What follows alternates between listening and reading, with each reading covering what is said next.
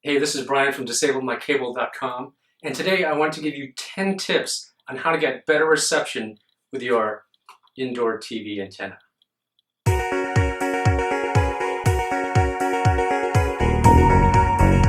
So my first tip is probably the most obvious one. It's probably something you're already doing, and that is to put your antenna in a window. Now you just want to make sure that when you put it in the window, it's in an area that does not have a metal screen behind it, because that'll block your TV signals. Okay, so if that's not working, what else can you do? My second tip is to put it in a window that's facing the TV transmitter towers in your area. So if you want to find out where those are and what direction that is, go to DisableMyCable.com to a page called the Station Finder, and I'll include links in this video, and enter your zip code, and that'll tell you what direction TV signals are coming from in your area. If they're coming from multiple directions, you'll just have to experiment with putting your antenna in different windows. My number 3 tip is to put your TV antenna as high up as possible in your home. So if you have a second story, put it in the second story. That'll get you more channels. If you have, this is a cool trick that I discovered, if you have a skylight, try putting it in the skylight. That can also help a lot. It's almost like having a rooftop antenna. So generally speaking, not all the time, but generally, higher up is better. My number 4 tip is something that you'll probably have to do if you want to try the higher up experiment, which is use a different cable. And my tip here is to use RG6 cable. Now, how do you know if it's RG6 cable? Well, it will say actually on the cable RG6. If it doesn't, it should have a model number, and if you Google that, you can see if it's RG6 or not. The other common type of cable that's out there is RG59, and that's not as good. Now you can see the difference here. In this hand I have RG59, in this hand I have RG6, and you can see there's a slight difference in thickness. If you purchased a Mohu Leaf, that comes with RG59 cable, unfortunately. So what I've done here is I've actually swapped out the cable. This is the actual cable from a Mohu Leaf. I pretty much just toss these and replace them immediately with RG6 cable. Now some antennas come with even cheaper cables, which are even thinner. And here's an example right here. So you can see the difference in thickness right there. It's pretty much over twice as thick. So this is the RG6 and this is the cheaper one. Now on that same note, I would definitely want to advise you to avoid antennas where the cable is permanently attached to the antenna, like this one.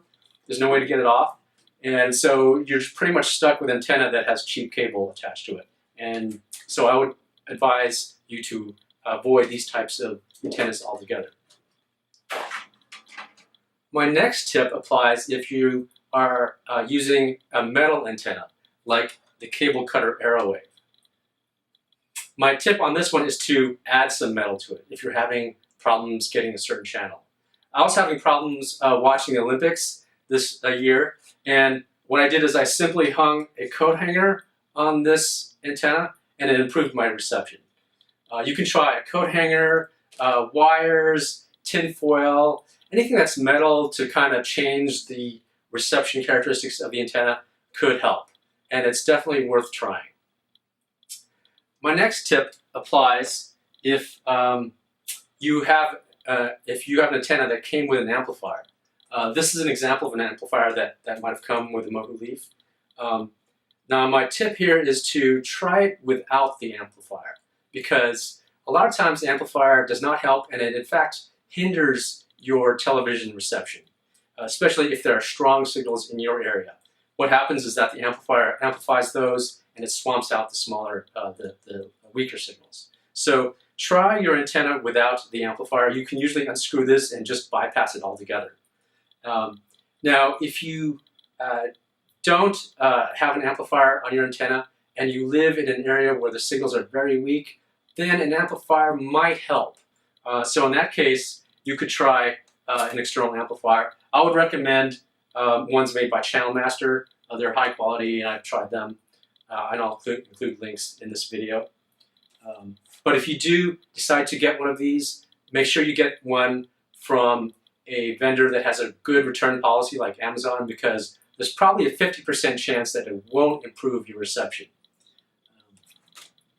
My next tip is to rescan regularly, because TV stations change their transmitter power, they change transmitter towers, so a station that you couldn't get 6 months ago, you might be able to get now. So keep trying every so often, because the TV stations are not static, they do change.